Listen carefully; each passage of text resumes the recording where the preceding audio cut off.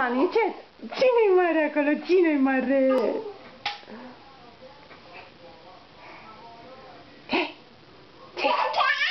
Ce-ai văzut acolo? Mare, băiatul meu! Mare! Mare! Au! Cine te-a învățat să faci așa mare, mare? Atenție, mama!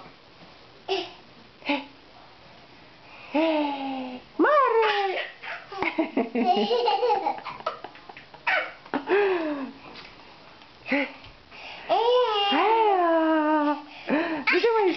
Așa, mama, așa.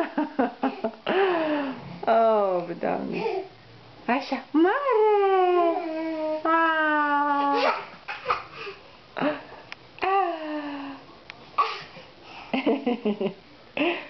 Măi, stai că te mănânc, mă, ghimătăcea, mă.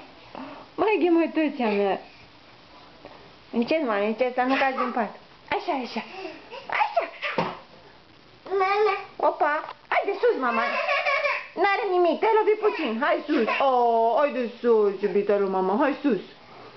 Nu, mami, e că n-ai nimic. Hai sus. Nu-i nimic, blăduț.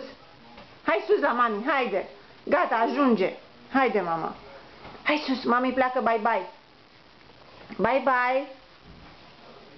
Eu plec, să știi. Bye. Bye, blăduț. Bye. Eu plec, bye. Hai. Eu obosit, băiatul meu. Obosit. Mai face mare?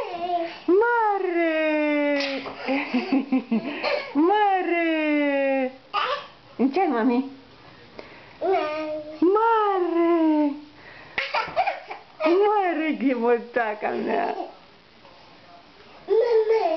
Mama.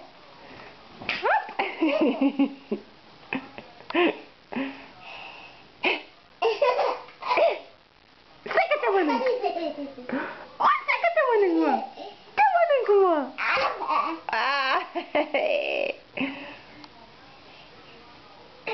Mare? Și încă o dată mare? Mare! Așa, mami, mare și acum mic. Mic și mare. Să puneți, mama, uțureșă mea, ca ciuciuraja mea, ciuciuraja lui mami. Și încă o dată mare?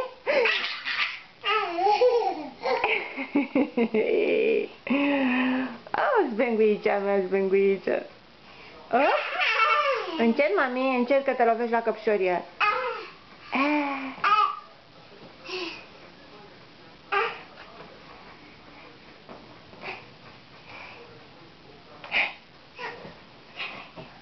Hop, hai, gata, mergem?